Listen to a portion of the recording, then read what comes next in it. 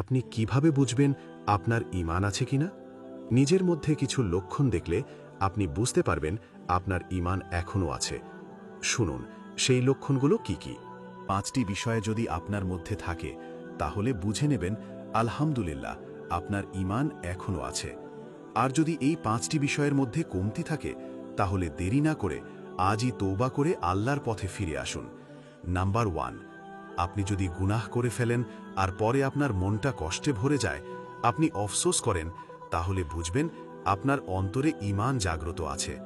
Number 2, যদি কখনো নামাজ মিস করেন আর আপনার মন হয় আজ কিছু একটা খুব গুরুত্বপূর্ণ মিস হয়ে গেছে, তাহলে বুঝবেন এটা ঈমানের শক্তিশালী আলামত।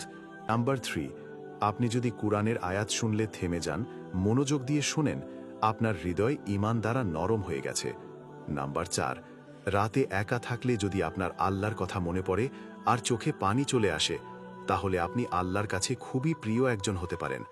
নাম্বার 5, আপনার ভিতরে যদি গুনাহ থেকে বাঁচার ইচ্ছা জাগে, আপনি নিজেকে ভালো মানুষে রূপান্তর করতে চান, তাহলে ইনশাল্লাহ আপনি ঈমানদারদের তালিকায় আছেন।